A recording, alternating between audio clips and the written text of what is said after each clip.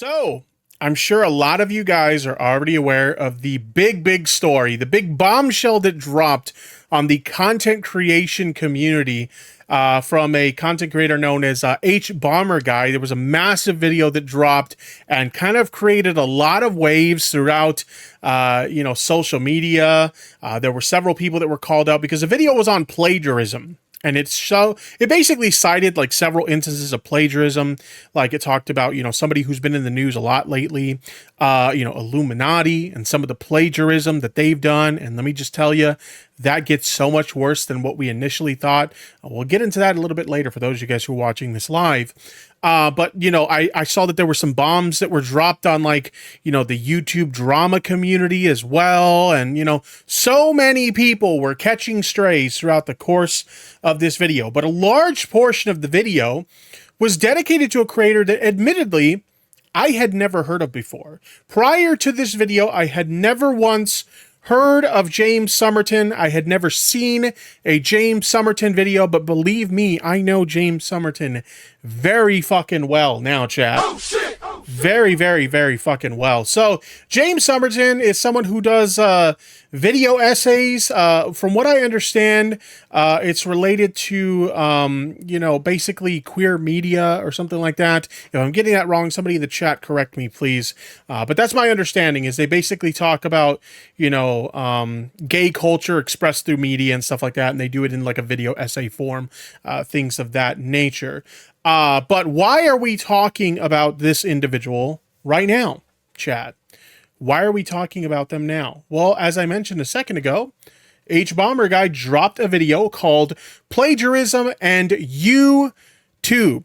And they talked about various different forms of plagiarism in the YouTube community, but a very substantial portion of the video. And keep in mind, this video, chat, is over 3 hours, almost 4 hours long. Okay, chat, that's a long fucking video. Oh, shit! That is a massive fucking video, chat. But here's a video, Plagiarism and YouTube. We're not going to watch the whole thing today. Not only because it's nearly 4 fucking hours long. I just don't have time to react to that whole thing. But not only that, but this guy put in like a lot of work into this video. I gotta admit, I'm probably going to lose some YouTuber cred here, because a lot of you guys know I'm an OG. I started way back in 2006, so I've been in this space for a very long time. But I'm going to lose some YouTuber cred here for a second. Prior to this video, I had never seen an HBomberGuy video before. Oh, shit! Oh, shit! I know. It's pretty shocking. I get it, okay? But I just, I don't know what it is. I've always heard that HBomberGuy does great videos. I've had people recommend their videos to me before. I guess I just never found the time to watch one of their videos. And in fairness, their videos are pretty lengthy, so you really do need a lot of time to watch them. But having said that, this was my first experience with an HBomberGuy video, and I gotta be honest with you guys, chat. I'm a fan now, chat. Like, this guy's work is fan-fucking-tastic. I definitely want to go back when I have some free time and binge watch some of the older videos. But in any case, chat, we're going to talk about today's video. As I mentioned before, we are not going to watch the full video.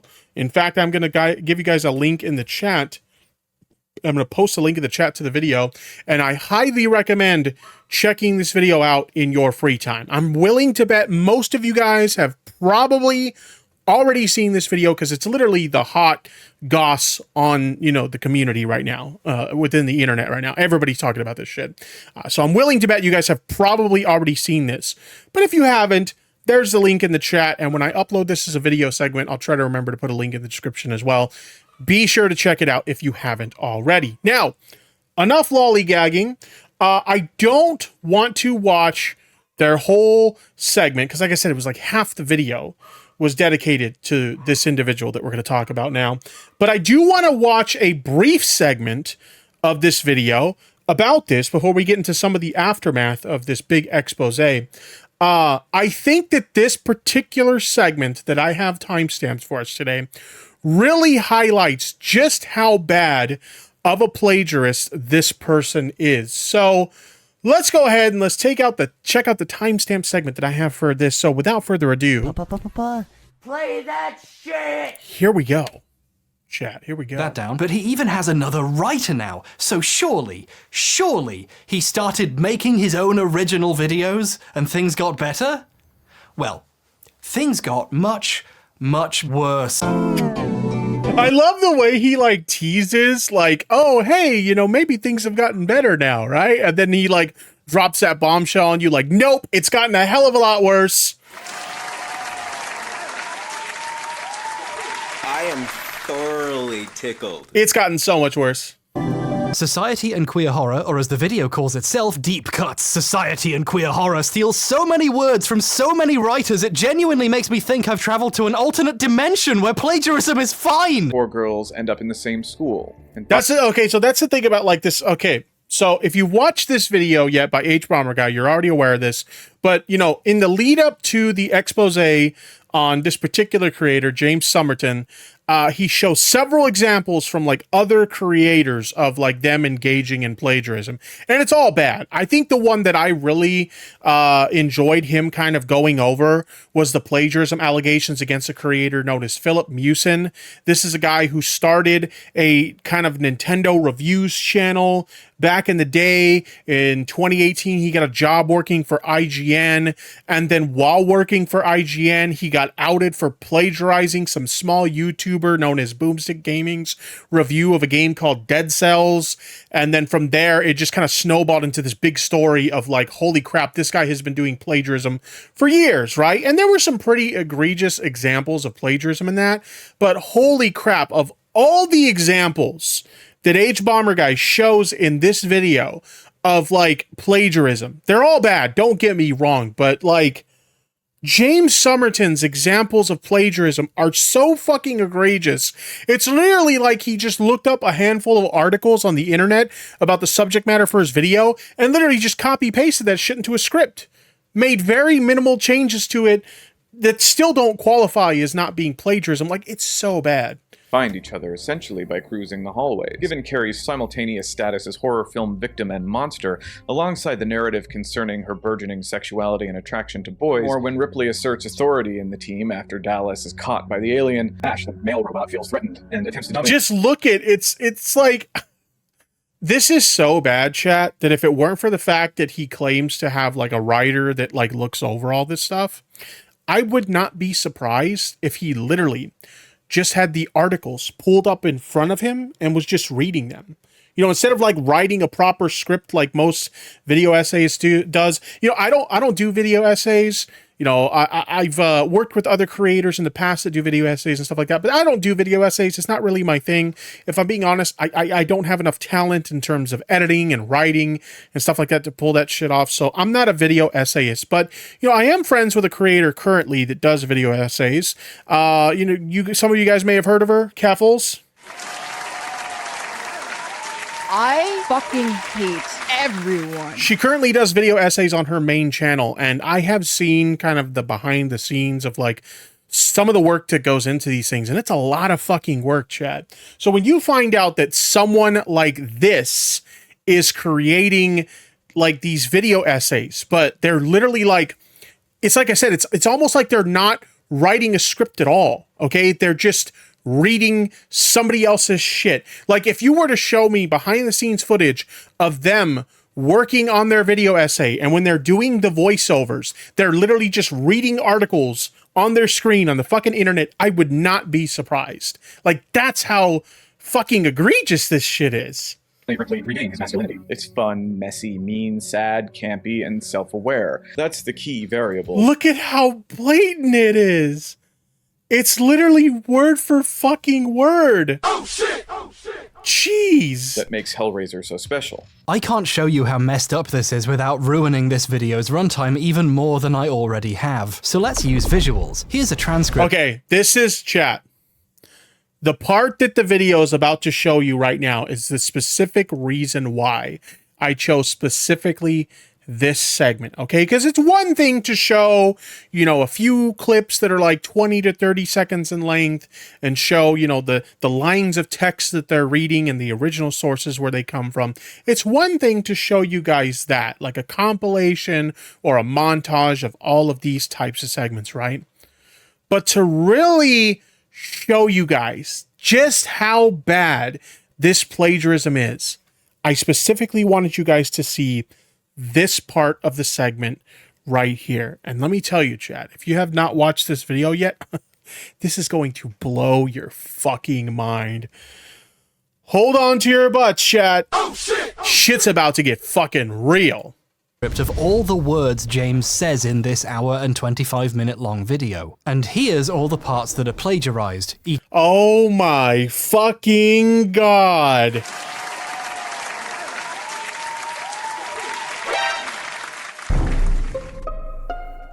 Everything that is highlighted in this script, this is, as he said, every single fucking word that is uttered in that video. Everything that's highlighted is someone he stole from, and it's color-coded to the specific person he stole from. You'll see in a second they're going to put like all the names of the people they stole from. And keep in mind, these are just the names of the people they were able to find, chat. There are potentially more out there. But like, every different color highlight is a different person that he stole from while making this video. Oh shit! Oh shit! Yeah, exactly, Jade. There's probably more. Probably more. Each author's name is in a different color for convenience. How many people is this? 1, 2, 3, 4, 5, 6, 7, 8, 9, 10, 11, 12, 13, 14, 15, 16, 17, 18 fucking people, chat. He stole from 18 fucking people to make this goddamn video. Oh shit! Oh shit! Oh shit!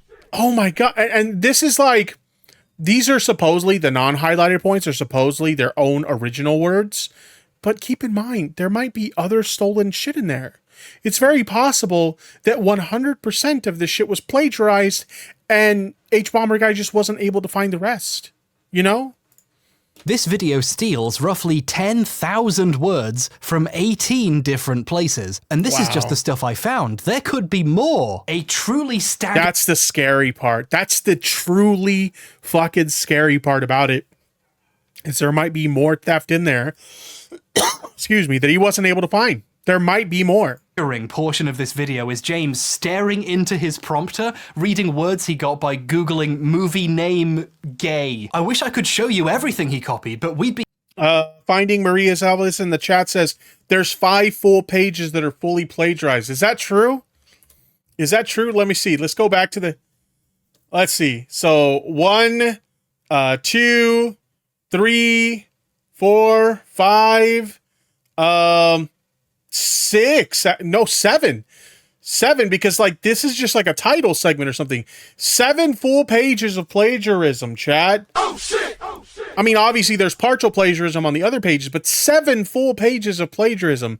That is fucking nuts. In different places. And this is just the stuff I found. There could be more. A truly staggering portion of this video is James staring into his prompter, reading words he got by Googling movie name gay. I wish I could show you everything he copied, but we'd be here forever. This is just one video, and he makes so many of these. And now we know how. But Somerton thinks he's figured out a loophole. It's a familiar spin on an old classic. It opens with a horror-themed credits sequence, which claims the video is based on the works of, and briefly shows a bunch of names.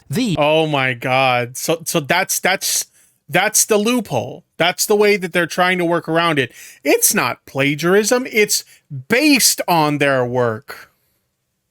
Congratulations, you played yourself. That's such bullshit. What a fucking Weasley little liar, dude. These are some of the people he plagiarized. So if any of his plagiarism is noticed, he can say, no, I name dropped them in the opening for literally 1 second, so it's fine.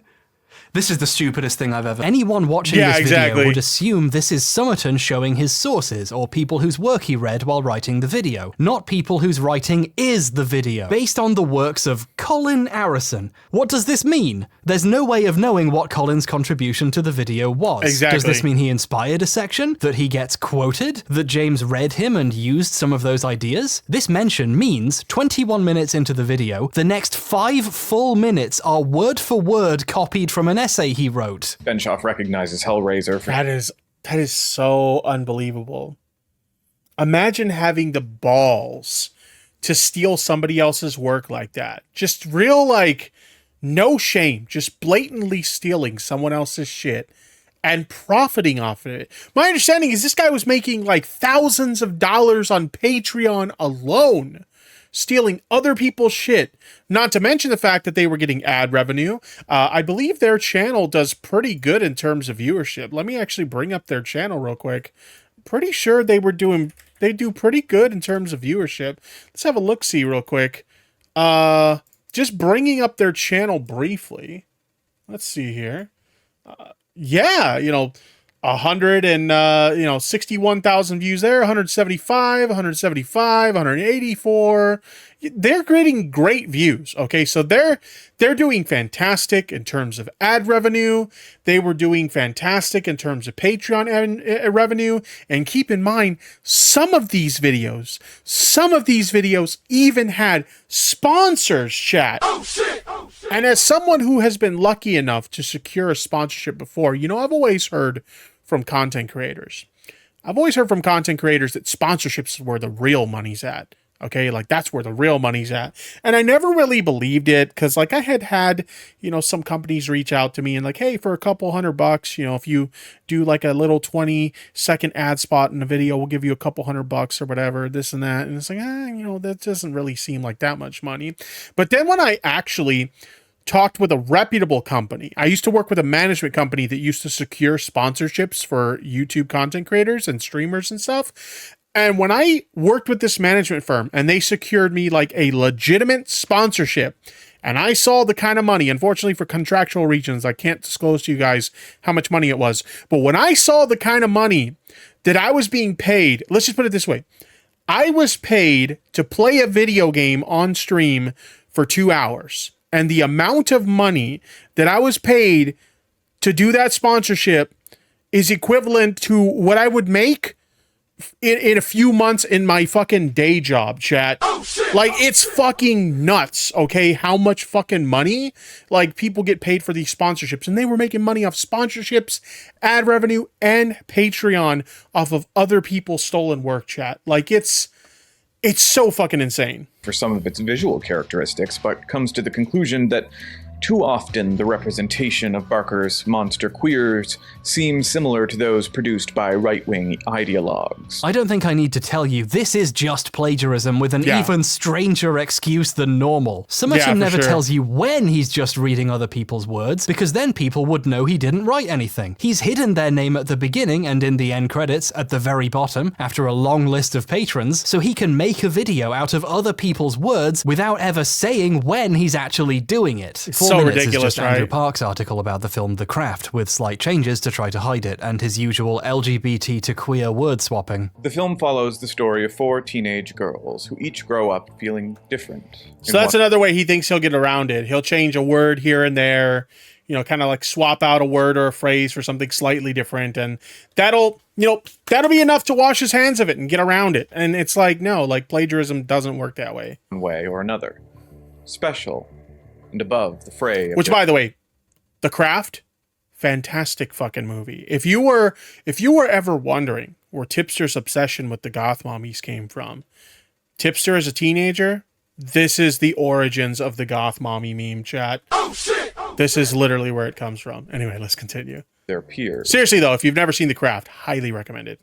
Not the reboot that came out a few years ago, though. That was fucking terrible. Do not watch that. But the original, classic. Fucking classic. Or rejected by them entirely, as so many queer teens have experienced. The most memorable character, by all accounts, is Nancy, and she's already out as a witch, openly practicing the craft. She wears goth lipstick and black, laced-up Stevie Nicks boots. She has a sexual history and a noose hanging in her locker. Literally reading this article word for word. Word for fucking word. How do you do this and think that this is okay? It's so insane. Anyway, like I said, I don't want to react to this whole video because 1, it's a long video, and 2, I really don't want to take away from the amazing work that H Bomber Guy did on this video. So let's get a huge round of applause and some 07s in the chat for H Bomber Guy and this fantastic fucking video.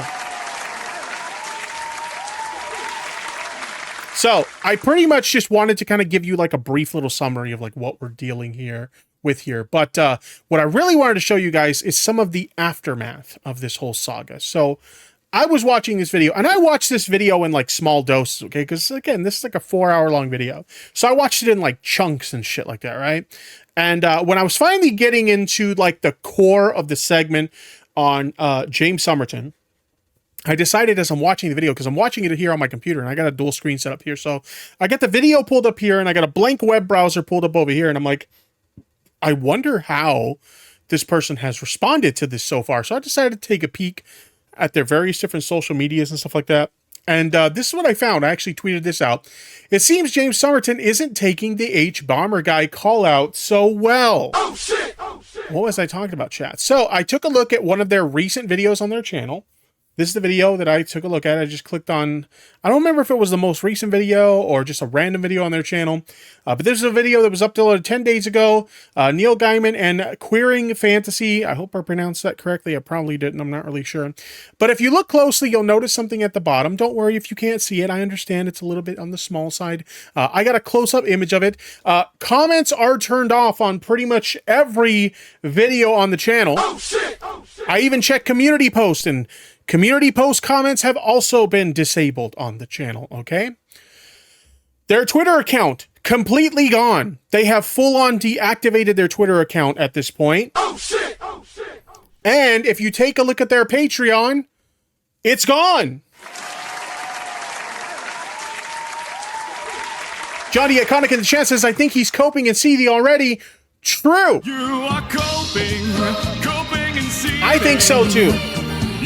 I mean, the guy's basically nuked all of his socials just to avoid, like, properly addressing this. So, yeah, I think it's safe to say there's a lot of copage and seethage going on, you know? Coping so hard. You dumb cunt. So that's what I had to say about that. But there was somebody in my replies that said something pretty interesting, actually, that I kind of took note of. He had a mini meltdown on Patreon yesterday and said he was sorry and heartbroken that he had lost our trust and hoped he could rebuild it with time. But now all the posts there are hidden too. So I kind of feel bad for him in spite of all that. He's clearly not in a good place. And so I quote tweeted this and I said, does anyone have a screenshot of this now hidden Patreon post? And I got to give a massive shout out to my good friend of the channel, Gayfesh. Shout out to Gayfesh, chat. Let's get some 07s in the chat for Gayfesh. I kid you not, I tweeted this out, and then within like a mere, it must have been like less than a minute, Gayfesh was already responding with this. This is the post in question that Gayfesh screenshotted and shared with me. So let's go ahead and let's take a look at it. Sunday, December 3rd, 2023. So this is literally just yesterday at the time of this recording. Hi, everyone. I wanted to say that I'm very sorry. Actually, hold on a second. 1 second. We are dealing with the death of someone's career here, chat. So we have to do this right. Okay? Let's keep, you know what? Keep the 07s in the chat going because we are mourning the loss of someone's career here. Let's do this right, chat. Hi, everyone. I wanted to say that I'm very sorry. I'm in a terrible headspace right now. So I don't want to post anything too long because I don't know where my brain will lead me. But I will say something more extensive once I've prepared myself emotionally. I know people want an immediate, detailed response, but I've never found immediate responses to anything to be as fair and honest as they could be. Always more driven by emotion than anything else. I will say more soon though, but for now, I want to apologize. I'm heartbroken. I've lost your trust, and I just hope that someday, with a lot of work, I can get it back.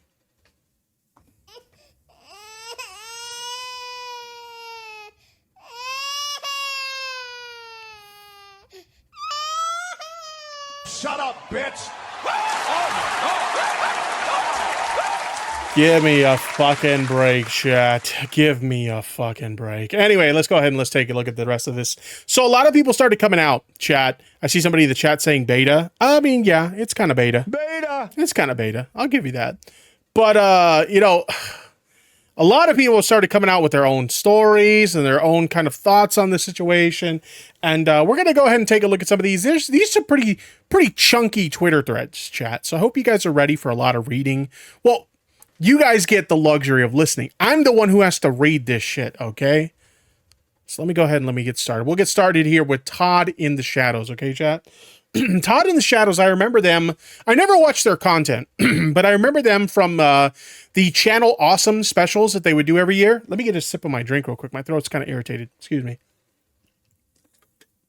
But I remember Todd in the Shadows from when they were part of Channel Awesome, and they used to appear in the annual specials as they would do every year. But as far as content-wise, I've never actually watched their content. But... So, for the record, a lot of people knew H-Bomber Guy was working on, me included. I actually watched a bunch of Somerton's videos for myself to see what he had stolen, and the 90 minutes he spent on James doesn't even cover 10% of it. Thanks for the money, you fucking simp. Thank you. Were donated $5. Thank you very much. Watching James Somerton's career get obliterated within the span of 24 hours. Yeah, you know, I've seen so many creators get canceled for various things, and you know, some people, the mob goes on the attack and nothing really happens, right? Because here's the thing about cancellation, right? There's something I've learned over the years as a content creator, and like, you really don't get canceled per se unless you allow yourself to get canceled. And what do I mean by that, chat? Which, by the way, I just noticed that Somerton is trending, chat. Oh, shit! I just happened to notice that. That's pretty funny.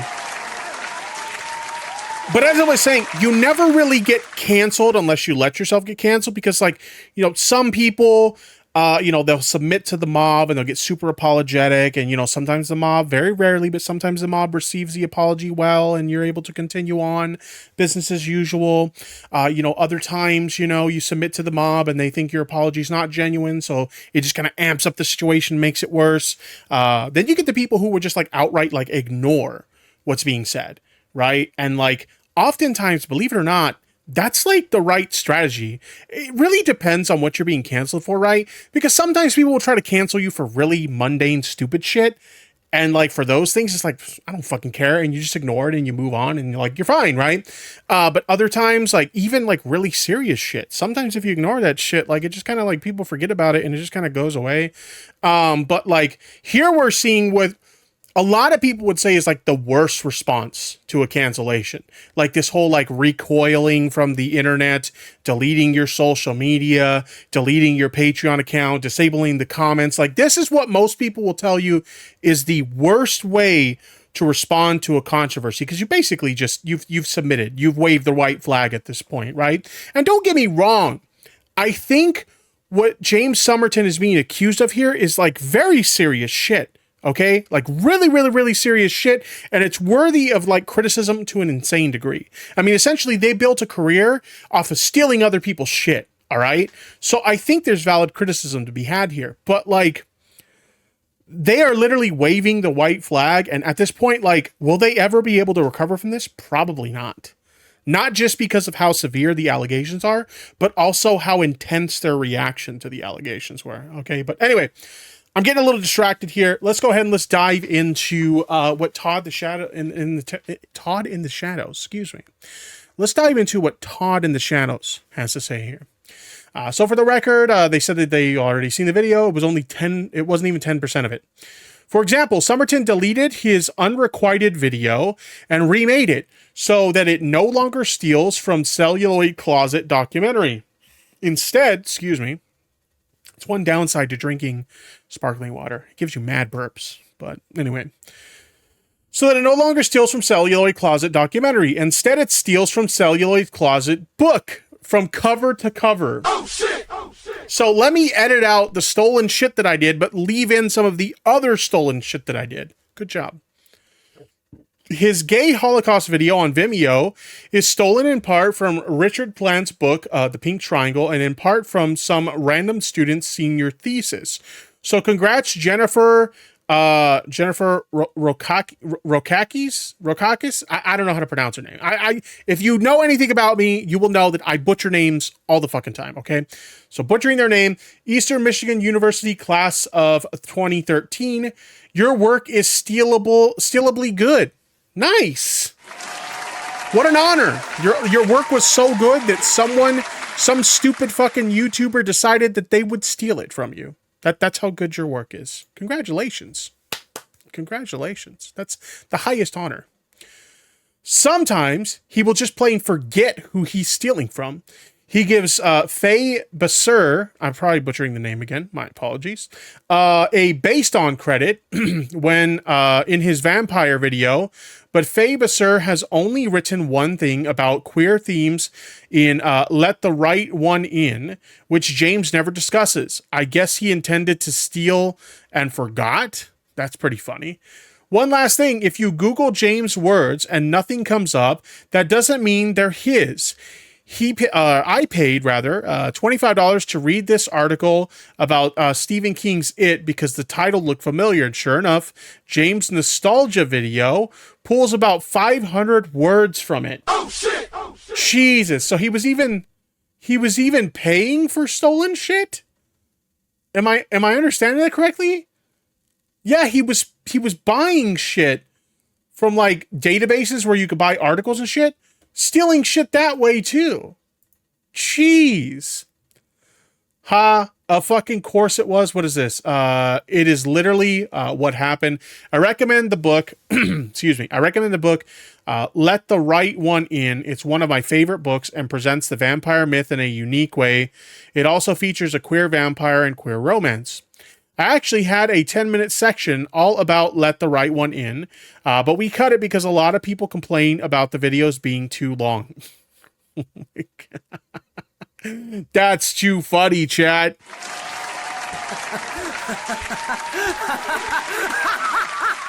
What he really meant to say was, yeah, I cut it because I thought I had done enough stealing for the day, so I didn't want to steal anymore. So, you know, we met our stealing quota, so there was no need to include that in the video, essentially. That's what he was saying. What do we have here? We have this thread, and keep in mind, I am experiencing a lot of these threads for the first time with you guys. Some people had sent me these threads, and these are my first time experiencing some of these. So I haven't pre-read these. We're reading these together for the first time. So we have Maggie May Fish, and they tweeted the following in regards to the situation. Breaking my Twitter hiatus to say queer women have been sounding the alarms on James Somerton's blatant and consistent misogyny. So I know we didn't really touch on this part in, the video that we took a look at earlier, but H-Bomber Guy does kind of touch on the fact that, like, James Somerton hides a lot of misogyny in his videos, okay? He doesn't hide it very well. In fact, it's pretty fucking blatant, but you could tell he tries to hide it, right? And so it looks like this thread kind of addresses that. You can't make a community like that. You can't cruelly throw marginalized people under the bus to seem superior, all while picking their pockets no less. It's heartbreaking to feel betrayed by someone in your community you thought you could trust, and femmes have to deal with it all the time. Misogyny is lurking in almost every community, but every time it's still a betrayal, a stab in the back. And it's not fair. It shouldn't be tolerated. I hope that's another lesson from all of this. Anywho, you're all beautiful, magical beings made of stardust. I mean it. Okay, back to my cave. Glasses up for Cat and Harry. That's what real solidarity looks like. Let's fucking go. Let's fucking go, chat. Absolutely. It's so nice to see someone who's a shitty person kind of get their just desserts for being a shitty person. Am I right? Pretty awesome indeed. All right, let's take a look at this. So next we have this thread by Sock Done Left. Shout out to Sock Done Left. I kind of touched on this in my original tweet, but we'll go into this a little bit more. James Somerton has outright deleted his Patreon prior to deletion. Excuse me. James earned about $170,000 per year from 4,050 fans. Oh shit! Oh shit! Jeez Louise, chat. What do I gotta do to get y'all to support me like that? $5 a month. Thanks for the money, dummy. I'm obviously joking. I appreciate everybody who supports my content, even if you're just here watching. But in any case, that's a lot of fucking money. That is a lot of fucking money that this guy was literally making off of stolen fucking content. Do you have a Patreon, Tippy? I do not have a Patreon. I kind of feel like, you know, I already take Twitch subs. I already take YouTube channel memberships. I don't want to like triple dip from my audience and have like, hey, you can support me on Patreon and coffee and all this shit. Channel memberships, Twitch subs, super chats, Streamlabs donations. Like those are the ways you can support me. I don't need to have all these other methods all over the place. Oh, and then merch sales too. Or just watching the videos and the streams. That helps a lot too. But no, I don't want to double, triple, quadruple dip on you guys. There's plenty, there's enough ways to support me. All right. But I do appreciate the thought. I really do. Arif Hassan in the chat says, get the bag, pal. Hey, I'm doing my best. All right. I'm doing my best. You need a website for real, for real? I am on the waiting list to get one of the sites from Whiteforce. So I'm hoping that happens somewhat in the near future. I'm a patient man. It'll happen when it happens. But anyway, so that's the Patreon. Less than an hour after the H-Bomber Guy video dropped, Somerton took a defensive tone. Oh, shit. Oh, shit. Oh, shit. Somerton posted that he was shocked to come under target from a significantly larger creator. Somerton also claimed that nothing new was brought up in the video. Oh, so wait a minute. Wait a minute. That Patreon post that we saw earlier, that wasn't the first one to go up? I didn't know that. Let's have a look-see at this one. Let's take a look at this one. Raised concerns, okay? Raised concerns. Firstly, I would actually, let's do this again.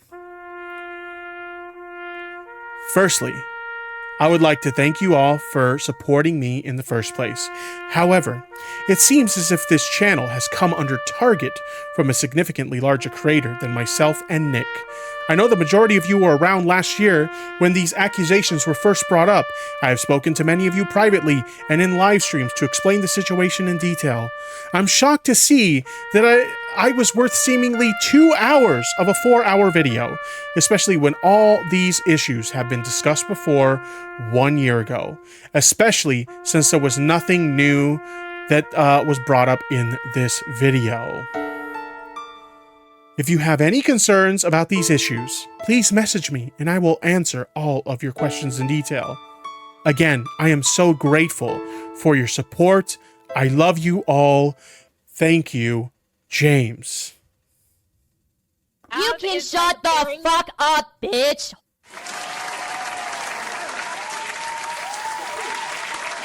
Dan Reuter in the chat says, this sounds like more coping. You know, I know you guys really like the coping and seething song. I really, really do. But here's the thing, right?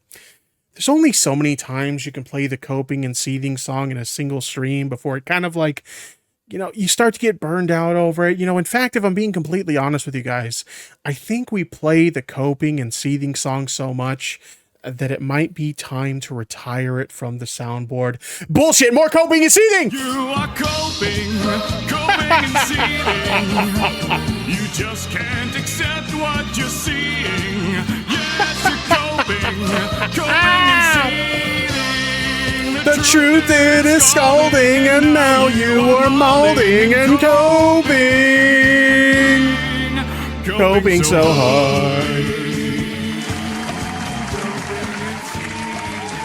You dumb cunt. I fucking hate everyone. I didn't know there was another post. I had no fucking idea there was another fucking post. You need to add DSP just for shits and giggles. I mean, I have some DSP. We got the DSP laugh. And we got thanks for the money, dummy. Thanks for the money, dummy. I used to have another one, but we decided to retire that one to make room for other funny ones. But either way, I had no idea there was another Patreon post prior to the apology one. That's funny. That's funny. Excuse me. Ooh, God. The burps that you get from these sparkling waters. Oh, God, they're no joke. They're no fucking joke. Okay. They also say, presumably after actually watching the video. What is up with this, chat? What is up with this, with like situations like this where a video comes out exposing someone and they don't bother to like watch the fucking video, so they end up like putting out a statement and saying something really fucking stupid? You know, like recently we had the situation with Gerard the Completionist getting exposed by Carl Jobs and Some Ordinary Gamers, and then his friend Pro Jared put out that really stupid statement about how they didn't do their due diligence and they didn't, like, you know, actually reach out to Gerard to hear his side. Never mind the fact that they actually have a call in the videos with Gerard having a conversation with Carl Jobs and Some Ordinary Gamer. But what is up with these people watching these videos, or rather not watching these videos, and making statements about these videos that make them look really fucking stupid? When it's like, oh, if you watch the video, you'd know that you look like a fucking moron right now. What a fucking Weasley little liar, dude. Okay, so presumably after watching the video, Somerton posted a short apology with no details. Somerton said he would prepare an extensive response.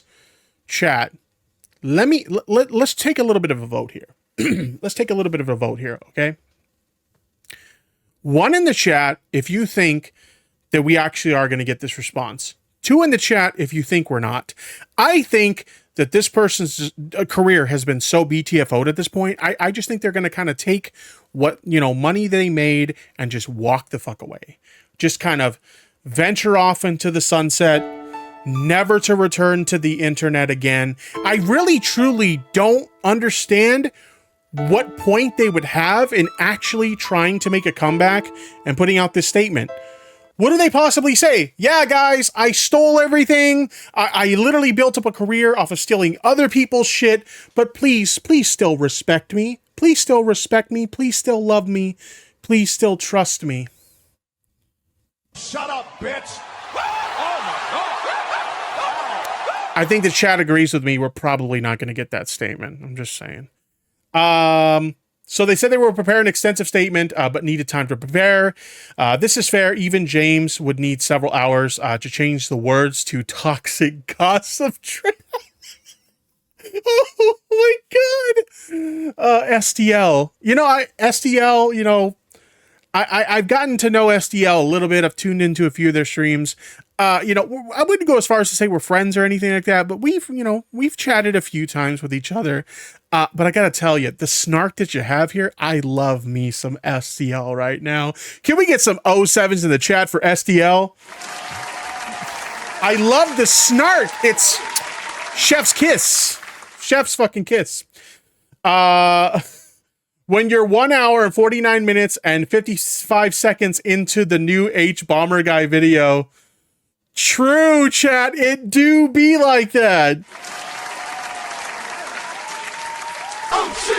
Jade in the chat has rebranded STL as Snark Done Left. I do approve this. STL, if you happen to be watching this, you know, take your little Twitter display name there and just for a while, change it to Snark Done Left, because I think that just based off of this Twitter thread alone, chef's kiss, totally worth it. Please, if you love the community, you got to give us this one thing. Snark Done Left, that would be awesome, okay? That would be absolutely awesome. All right, so that was STL's thread. What else do we have here? Because we got so many. We got so many that we're going to go through. And again, I have not pre-read these, so we're finding all this stuff out together. So we have Caitlin Burns here. It appears to me that swaths of James Somerton's video, an over-emotional look at why J.K. Rowling is bad, was lifted from my December 2019 article about her for Vox. Oh, shit. Oh, shit. Can you imagine what it feels like to be one of these people? What it feels like to be one of these people and to find out that your shit was stolen, right? Like, it must feel really fucking shitty. Howard Simcox in the chat says, Tipster used to be cool. Actually, no, he didn't. Chat, what do you think about what Howard Simcox has to say? Tipster used to be cool, according to them. Because one thing I'd like to tell you is that your mom still thinks I'm fucking great. I'm gonna come. Anyway, let's continue with this article here, or this Twitter thread here. He does not mention me, but he mentions Vox before lifting quotes from one of my main sources. I'm checking the rest of the transcript now for hints of any of my other work about J.K. Rowling's transphobia. Parts of that section were rephrased of the rest of my article. There are a few other of his videos that relate to some of my previous work, though thankfully I'm not primarily a culture writer. Oh, what is this here? What is this here? Let me take a look-see. I don't think this was added to the thread when I originally copied it. A Redditor has helpfully documented the most egregious part of Somerton's plagiarism of me. Oh, what do we have here? On this thread, writer Mick Abramson, details how James Somerton borrowed some of his work. Caitlin Burns, a trans journalist, also denounced Somerton for borrowing elements of her work. Tweet here. I read her piece and skipped over Somerton's video, and you won't believe it. Yes, you will. Caitlin Burns for Vox. But it shouldn't come as a surprise to anyone familiar with the current state of British mainstream feminism, though an anti-trans strain of UK feminism has always simmered under the surface. It's really come to flourish over the last several years, especially in the wake of proposed reforms to the country's Gender Recognition Act. Okay, that's their version, right? Here's James Somerton's version. But it wasn't all that shocking to people who know what's going on in the current mainstream British feminism. An anti-trans strain of feminism has always simmered under the surface, but it's really... You get the point! It's the same fucking thing! Oh, shit! Oh, shit! You get the fucking point, right? You get it. Jesus. What about this one here? This is Mick Abramson. I hope I'm pronouncing that correctly. What did they have to say on this matter? Okay, let's have a look-see. Hey, the new H-Bomber Guy video was a real wake-up call. It also made me realize James Somerton stole my article for Uppercut Crit. In his The Real Hogwarts Legacy video, he uses my interviews with rabbis to talk about the history of goblins. Okay. And their ties to Jewish culture. After watching H-Bomber Guy's video, I went back to it to see if my work was credited properly. It wasn't. What a shocker.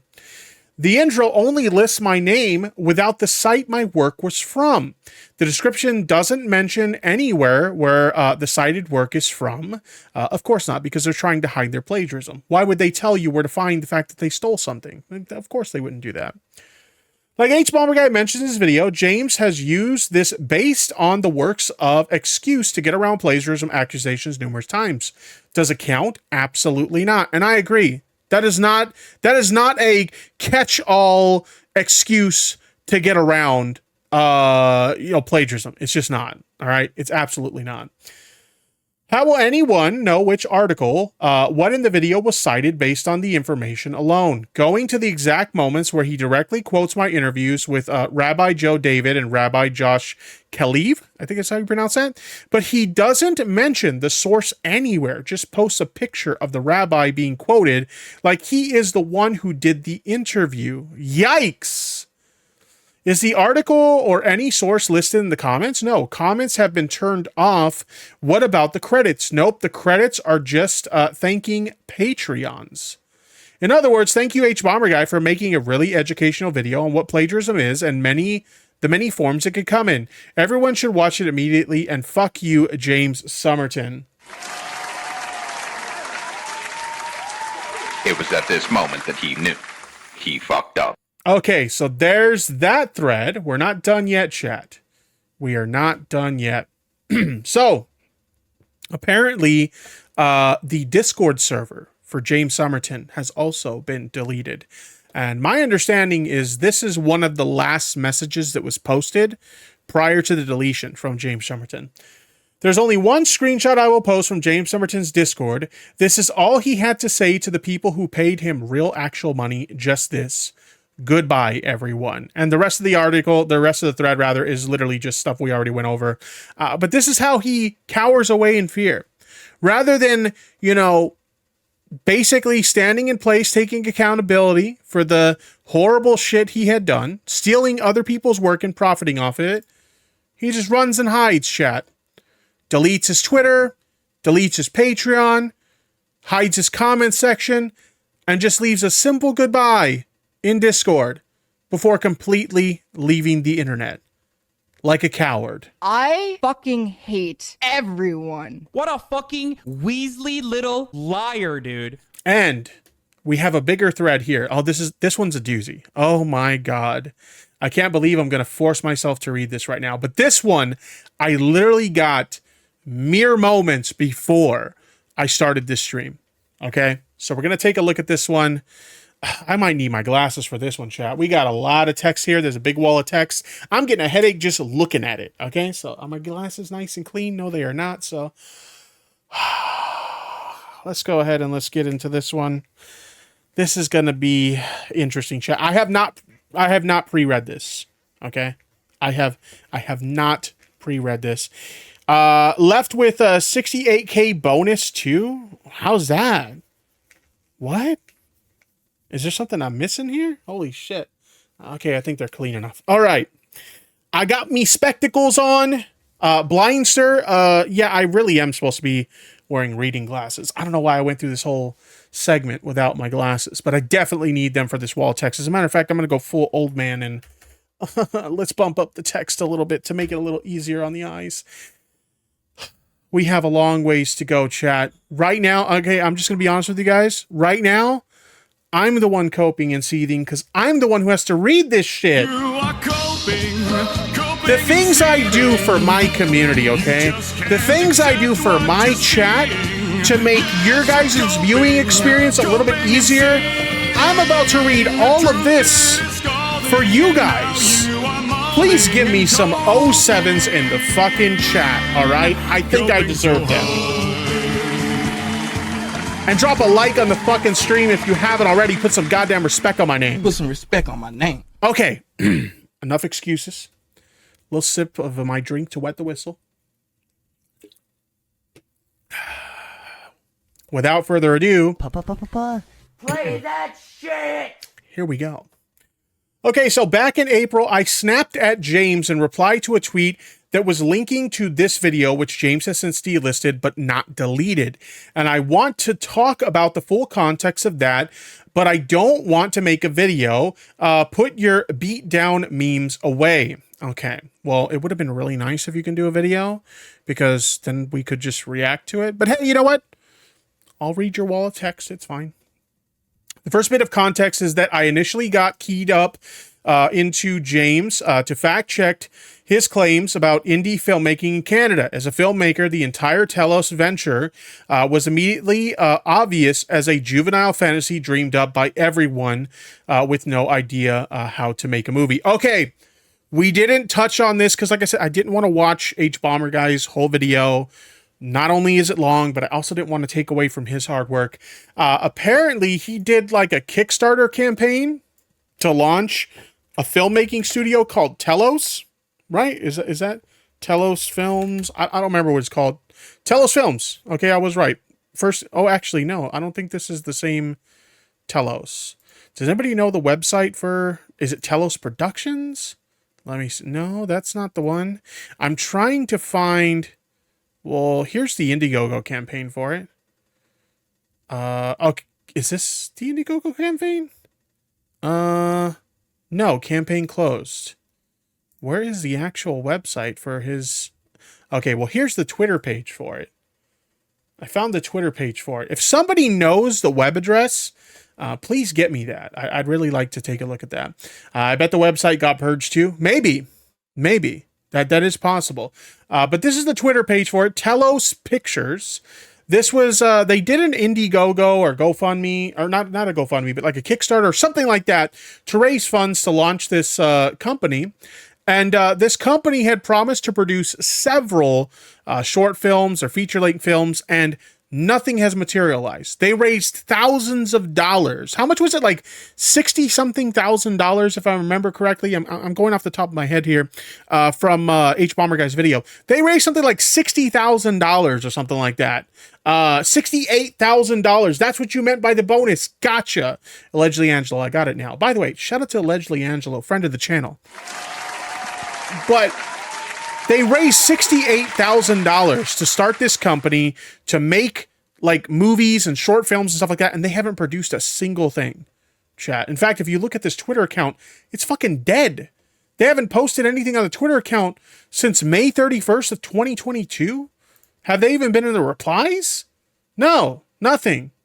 They've posted jack shit since May 31st, 2022, okay? But they took a lot of people's money before doing so, right?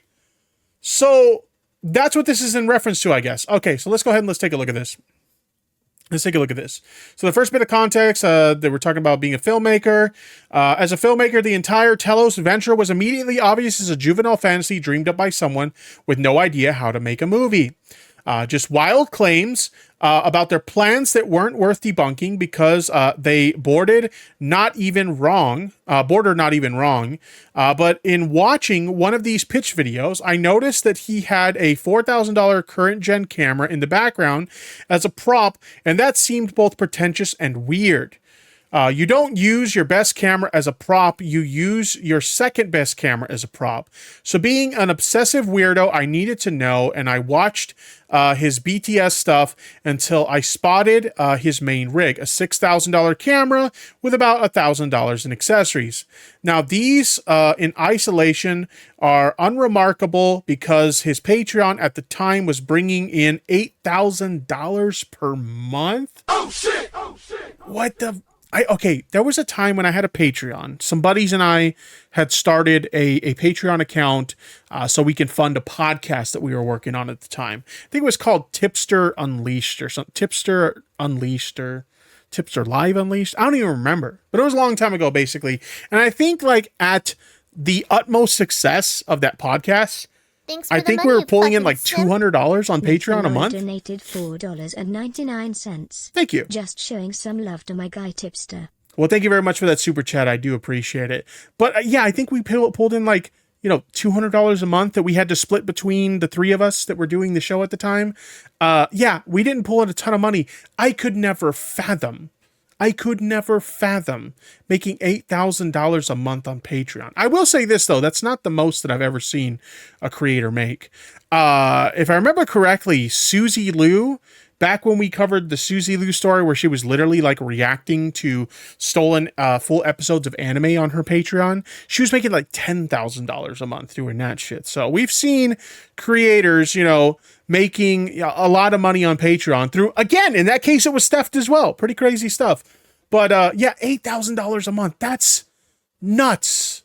I would feel so blessed to make that kind of money every month as a content creator.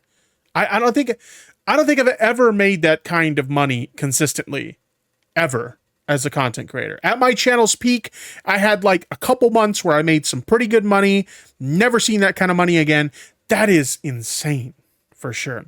Anyway, his channel was a full-on business, and so investing in some professional equipment of that level is maybe a bit indulgent, but justifiable. What was weird is that he doesn't shoot multicam, doesn't shoot outdoors, doesn't shoot on location, and in a studio, the two cameras kind of really step on each other's toes. Basically, if you already have one and don't need a B cam, there's no reason to get the other. Again, on its own, this says nothing. It's just indicative of poor financial decisions, maybe impulsive purchasing, gear acquisition syndrome. You'd be surprised how many YouTubers actually have a problem with that. They'll buy shit that they think they need, and then they'll end up like not using it, or they'll end up realizing that they really don't use it all that much. So I've actually seen this quite a bit with YouTubers. It's one of those things. And I do see some people saying that they posted the link to the website in my Discord server. Let me have a look. See. Oh, okay. Somebody did find it. Somebody did find the link to the website. So here is the website for Telos Pictures. Okay. And here's all the productions they claimed they were going to release, none of which have actually come out. Pretty wild shit. Just like literally took $68,000 from people and didn't give anybody, nothing has been produced. Nothing at all. In fact, one of the movies that they were supposedly going to produce, or short films or whatever, got completely removed as like, yeah, we're not working on that anymore. We're just moving on to something else. Pretty wild shit. Anyway, biblical sins, but not crimes. Paired with the constantly inflating fantasy scope of the Telos films, it was clearly an expression of a very, very common bad filmmaker habit of, if I just get the right gear, then my movie will basically make itself. I'm not a filmmaker, but I don't think that's how filmmaking works. Buying stuff because it feels like progress. At the end of February, his tweets, I want to start shooting anamorphic. And then 3 weeks later in March, he posts the worst out of focus, underexposed, I just got a new lens video I ever seen, showing off his trash covered bedroom. Oh my God. Based on what's available for his camera and the lead time, that's enough time to get a Loa nanomorph, or I have no idea. Okay, this is all like technical jargon for camera shit. Okay, like for my production, I just use an Elgato webcam. Okay, I don't know what the fuck any of this means. If you're into cameras, you probably know what that means. I have no fucking clue. I do know what B&H is though. I have bought some equipment from B&H before, so I am familiar with B&H. But not enough time to get a great Joy from the UK or a Vazen from China, and with the flaring blah blah blah $1,300 lens. Okay, again, I don't know what any of the fucking means. Again, gas is not a crime, and these lenses are budget options. Bit of a pointless impulse purchase since he only used it for the Showgirls video. But this is what he was doing just a few weeks before the above video came out, effortlessly impulse purchasing lenses. James has had a habit of regularly aggressively driving viewers to Patreon by claiming that videos were getting demonetized. While tacky, it is something a lot of queer YouTubers have to deal with, so there's precedent there, but people were noticing he did it a lot. I will say this, a lot of content creators do this. I don't personally necessarily have a problem with this. YouTube demonetization is so unpredictable. Sometimes you'll put out a video that you think for sure is going to get demonetized, and you're just like, hey, it's a mature topic. I'll just kind of eat the demonetization. It kind of is what it is. Hopefully I'll be able to shore up any losses through, support from my audience in one way or another. And then that video gets monetized fine. And you're like, the fuck? Like that. I thought for sure that video was going to get demonetized. And then the video where you're like, oh yeah, there's nothing really wrong with this. It's not super controversial. I didn't swear a lot or anything like that. This video is going to be fine. And that's the one that gets demonetized. It's so unpredictable. So I don't ever have a problem with a creator saying, hey, you know what? A lot of my videos get demonetized. If you like what I do, please support me on Patreon. I don't really have an issue with that. Okay. I don't really have an issue with that. Mid-March, he humble brags about needing to work so hard to make 6 videos in April because he has overbooked sponsorships. Then, March 29th, James posts this whole incel screed on Twitter about how sex work should be subsidized as a mental health service. What? What is this? For the majority of people, sex and human contact can be imperative to a healthy state of mind. A kind and talented sex worker can make someone feel wanted for the first time in their life. I know sex workers who have pulled people back from suicide just by being there for them. Okay, and then what is this? What's a sex work opinion that'll have you like this? Yes, I did yassify Flynn. Not only should it be legal, but it should be subsidized as a mental health service. That's, I've given my takes on like sex work. Right? Like I have total respect for sex workers. I'm not one of these people who's going to like, shit on sex workers or like, call them whores or anything like that. I don't believe that. Okay. Sex work is real work. If you got the body to make the bag, go right on ahead. Okay. I'll tell you this right now. I've said this on record on my stream before. If I was, a beautiful woman and I had the assets to get a good bag, doing OnlyFans or shit like that, you could bet your ass I'd have a fucking OnlyFans chat. I have no problem whatsoever with sex work, okay?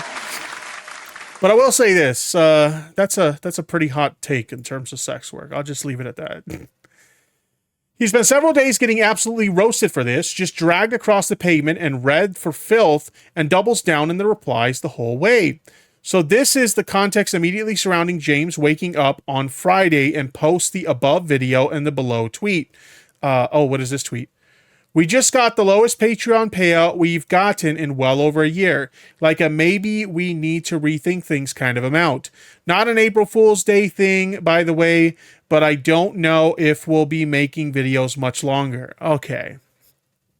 Okay. I said before that I don't have a problem with creators telling their fans, hey, you know what? A lot of my videos get demonetized. So I don't know if this next one's going to get demonetized. If you could support via Patreon, I'd really appreciate it. All right. I don't have a problem with that. But this is like DSP level shit. Like literally guilt tripping your fans into like supporting your Patreon. Hey guys, you know, my Patreon subscribers, they kind of dipped a little bit. So if you can do me a favor and give me your money, please, I'd really appreciate that. Shut up, bitch! $5 a month. It kind of comes off like that, doesn't it? Now, this unfolds in kind of two directions. The first is that I'm convinced he was just lying about his income shock in the first place. I mean, yeah, come on. If the guy's making $8,000 a month, keep in mind, that $8,000 a month is Patreon alone, okay? That's Patreon alone, all right? That's a lot of fucking money. Even if you do experience a dip, unless you're spending your money very poorly, there should be no reason if you're making that kind of money to be like in a situation where like, oh, your Patreon dips a little bit and now you're like financially fucked. That should not be a thing, okay? I'm looking at this guy with admittedly like a level of envy, although not really because, you know, I at least get to sleep at night knowing that I'm not stealing people's shit, but that's a whole nother conversation. But anyway, I'm looking at this like, look, I put in a lot of work on my channel. You know, I work a normal 9 to 5 and then I come home at night and I do these streams. And then after the streams, I, you know, edit thumbnails for videos and turn the different segments into videos and stuff like that. And there's a lot of work that I put into my content. I know that I'm a streamer, so compared to like people who do video essays and stuff like that, it's not as much work as they do, but I still put a lot of, you know, time and effort into, you know, doing what I do with my channel, right? And on a good month, I might make, I don't know, $1,100, $1,200 from my content. This motherfucker was making $8,000 a month stealing other people's shit. That is insane to me. Even at the height of my channel, okay, when my channel was like super, super successful, I never made that kind of money from my content. What the? He literally made that much money stealing other people's shit. That is... oh, it's infuriating. It's really fun. Knowing how many creators work very, very hard to make their content, and the majority of creators who work very hard on their content will never get a sliver of that, okay? Never, ever, ever get a sliver of that. And this guy was making that much money on Patreon alone, stealing other people's shit. That is disgusting. Absolutely disgusting. There's a million theoretical edge cases about what maybe happened and if maybe he just misunderstood the data or saw a glitch and panicked. Maybe one of those happened. I don't believe it. I think he just lied because he was salty about getting dragged and felt owed a win. A big tell to me is that he doesn't blame Patreon. He says he doesn't know what happened, but let's be real. Patreon screws up all the time. They're the first people anyone blames if anything confusing happens, just as a reflex action, even if it's completely not their fault. I mean, if he was getting dragged on social media, there's probably a good chance a bunch of his patrons pulled out. You know, we've seen that before. Content creator gives a take, a bunch of people dislike, and instead of just kind of chalking it up as, oh, you know what, I like this person and I like their work, you know, they said something kind of stupid this time, but hey, you know what, I still like what they do, so I'm going to continue to support them. We always see this like knee-jerk reaction from the audience of like, oh, they said this like one thing I disagree with, completely cutting them off, canceling my Patreon, canceling my Twitch sub, canceling my membership, unsubscribing for the chat. Like, it's insane how like over the top people get with like one thing that they disagree with. So let's be real, that's probably what happened. A lot of people got pissed at him for his silly take and they like stopped supporting him. That's the more likely case here. The only reason I don't blame Patreon is if you already know that it's not their fault and that any investigation on their part might reveal embarrassing details. Instead, he indirectly blames his viewers for not watching enough, not sharing enough, and not turning on auto-renew. So regardless of the unknowable truth, this segues into the second, far more offensive direction of the messaging itself. I don't know if we'll be making videos much longer, maybe the end. He explicitly framed this as an immediate existential crisis to his channel. Yeah, that's bullshit. That's absolutely bullshit. Considering how much money this person was making from their Patreon prior to the dip, they should have had plenty of money to keep themselves going. As a matter of fact, like, unless you're spending your money very stupidly, you should have a ton of that bankrolled. And even if you're making less that month, you're still making money. You're still making money on Patreon. You still got your ad revenue coming in. If you're doing sponsorships, you still got sponsorship revenue coming in. Money's still coming in. Okay, so unless you're really poorly managing your money, you should be fine. Even if you were to cut that revenue in half, you should be fine. There's no excuse for that. No excuse. In the video, he is vague about everything, leaves a ton of hazy room for plausible deniability on how long this channel can keep going. But the messaging is, I need more Patreons right this minute or my YouTube channel is over. He repeatedly evokes all the fun stuff they had planned that would never see the light of day if this didn't turn around right away. Yeah, this is very manipulative. This is extremely manipulative. Samantha L in the chest has he done the Boogie 298 and misrepresents all his money and had a tantrum about it. Yeah, it kind of is that, right? Only like with Boogie really has put himself in a really bad financial spot. It's his own fault. But then like Boogie, like because he spent his money poorly and he managed his money poorly, you know, instead of like, you know, well, I got to get a job or, you know, I'm an adult, I have to figure this out somehow. Instead, he like fires up his camera and says, hey guys, I really need you guys to watch my videos. I really need you guys to buy my merch and, you know, become a sub on Twitch and stuff like that because I'm broke and I need you guys to bail me out. That's not the way it should be. I've definitely found myself in some like, you know, financial struggles where, you know, a big expense comes up or, you know, something like that, you know, whatever the case may be. Something comes up that costs a lot of money and I find myself in a situation where like money is pretty fucking tight, you know, and I could be like any other e-begging content creator out there and say, hey guys, you know, money's kind of tight. You know, I found myself in a situation that I wasn't expecting finance wise. You know, I need to raise money and I need to do it fast. So let me light up this live stream and you guys can, you know, rain some money on me, or I'm going to start a Patreon. You guys can contribute to my Patreon, or, you know, I could do these things like so many other content creators have done. And I have a supportive enough community that you guys probably would support me. But here's the thing. I also have integrity. I understand that I'm a fucking adult and it's my responsibility to solve my fucking problems, and it's not your guys's. Now, if you guys want to support me, that's cool. You guys can become a channel member. You guys can become a Twitch sub. There's the option to super chat, donate, buy merch, etc. There are ways you can support me if you want to, but I don't expect you to, okay? I'm the adult. I have to pay my own fucking bills. I have to make my own fucking way. I have to figure it out. I'm grateful to everybody who supports me, but it's not your responsibility to support me, right? And that's the way it should be. You know, I'm very, very grateful to everybody who supports me, but it's not your responsibility. It's an option, right? So, where were we? And his audience received the message loud and clear. Tons of people making far, far, far less than him left very heartfelt messages about digging a little deeper to subscribe up or their pledge, or up their pledge, or unsubscribe from other channels to move their pledge to his. 1,200 new Patreons in one day. That is insane. I don't think I've ever had a situation, like I said, I don't do Patreon. You know, I do channel memberships and Twitch subs. I've definitely had some days where I've been very lucky, like people have gifted a lot of memberships or subs or stuff like that.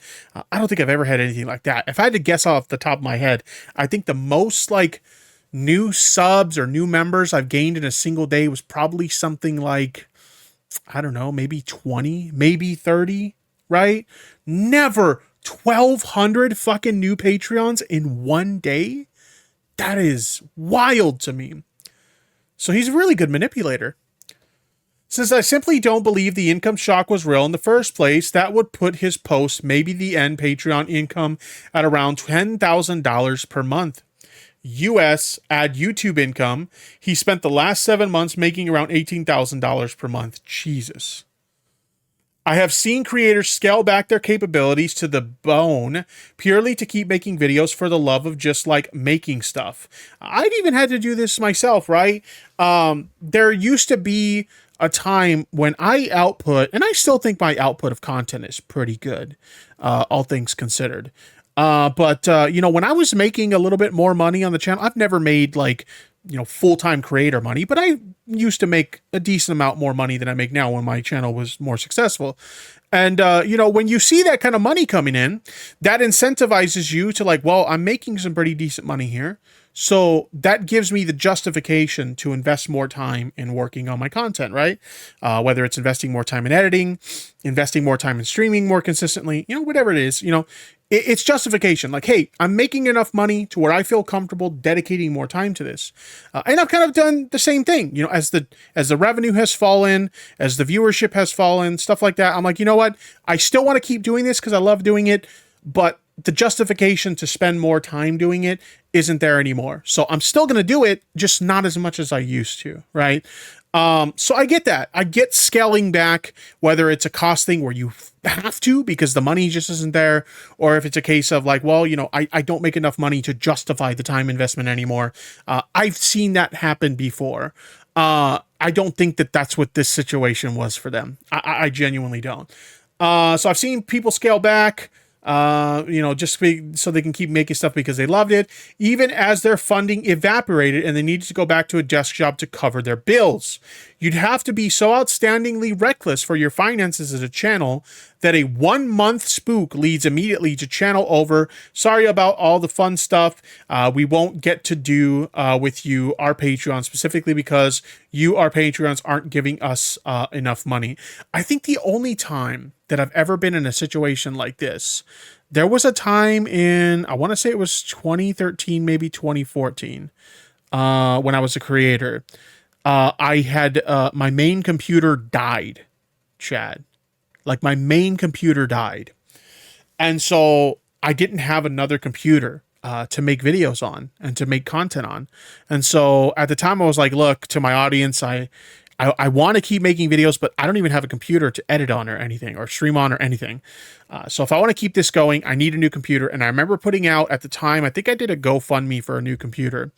And back in those days, if you asked your audience for money, you were like fucking Satan, okay? If you ever dared ask your audience for money for something, they would tell you to go to hell, okay? Like it was really bad back in those days. Nowadays, you know, people are much more open to supporting their favorite creators through various different means. But back in those days, if you dared ask your audience for any money, how dare you? How dare you do that, okay? So I put together a GoFundMe to ask for a new computer, and people just like slammed me for it. Like I literally lost subscribers because how dare I ask you guys to help me raise money for a new computer?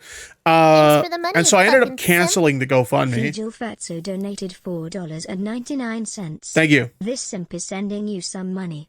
And down with Illuminati eye. Thank you very much for that super chat. I do appreciate that. We will get into the Illuminati stuff a little bit later. I know we're kind of like this topic's taking a little longer than I expected. My apologies. But anyway, I ended up closing the GoFundMe because like I was getting so much shit for it. I was just like, it's not even worth it. And I got very lucky that a fellow creator that I had befriended, and he ran a tech channel where he like built computers. He doesn't make content anymore. And unfortunately, I've lost contact with him. He was a creator known as Chris Hadley.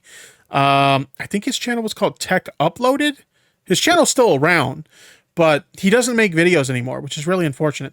But this person was very generous and they donated a computer to me, which got me back up and running. So I know Chris will probably never see this, but big shout out to Chris Hadley. I literally would not be able to continue making content at that time if it wasn't for that very generous donation of a computer. That computer was able to keep me going until I could save up some money to get a better computer. I think I used that computer for 2 years before I upgraded to a better one. And the only reason why I upgraded to a better one, no, I take that back. I was going to say because I had a power outage that killed it, but that's not the case. Actually, I bought the newer computer. I used a newer computer, and that was the one that got killed by the power outage, which resulted in me buying the one I have now. Anyway. Long story. But thank you, Chris. If you happen to see this, I still appreciate you giving me that computer all those years ago. Anyway, so you'd have to be reckless with your finances for the channel to be over that quickly. Yeah. And not to spook where you were, where you then spend a couple weeks crunching numbers. Oh no, a shock so violent where less than 2 hours later, you're weeping on camera about the channel being over. 3 weeks later, he bought a brand new Sony FX6V for $8,000 Canadian. Oh shit! Oh shit! What I think the most I ever spent on a camera, because there was a time when, you know, I streamed a little bit, but streaming wasn't my main content. For a while, my main content was videos. I used to make videos, and I think the most I ever spent on a camera is a camera I still own. I don't know where it used to be back there, but I moved it. I don't remember what model it is. But anyway, I bought a camera, and I think the most I ever spent on a camera in all the years that I was a content creator, like it was like $1,200. You know, I understand like people like really high quality cameras, but like you really don't need to spend that much money on a camera as a YouTuber. Unless you're doing like big productions, you know? I don't think you need to spend that kind of money on a fucking camera as a YouTuber. But I mean, for fuck's sakes, I'm using a webcam right now, and it works great, honestly. But anyway, $8,000 to add to a pile of cinema cameras, despite the fact that he was, but scant moments earlier, in such a precarious position that a single bad month would kill his channel. He stole your money, and for that, I'm profoundly sad and angry. That's why I snapped at him in April. I'm sorry I couldn't give you the full context then, and I'm sorry if that angers or upsets you. Holy shit, chat, we made it through the thread. We made it. So, anyways, that's pretty much all I have for now. Unless somebody submitted something else. Let me see. I know some people were saying that they were linking some stuff. I don't see anything noteworthy. Okay, cool. I think we're good. Holy shit. This whole saga with James Somerton has been nuts. Like, this guy's career is destroyed. Okay, absolutely fucking destroyed. And I've seen a lot of people get canceled over the years. I don't think I've ever seen somebody's career just vanish overnight like that, chat. Go from being an extremely successful creator who a lot of people respect for the content they produce to just overnight, it's gone. It's over. Right? But it doesn't really matter because at this point they've made so much money stealing other people's shit that I'm comfortable saying they could probably live the rest of their life off that money if they spend that money wisely. But jeez, man, literally building an entire career off of stealing other people's shit. What a fucking scumbag.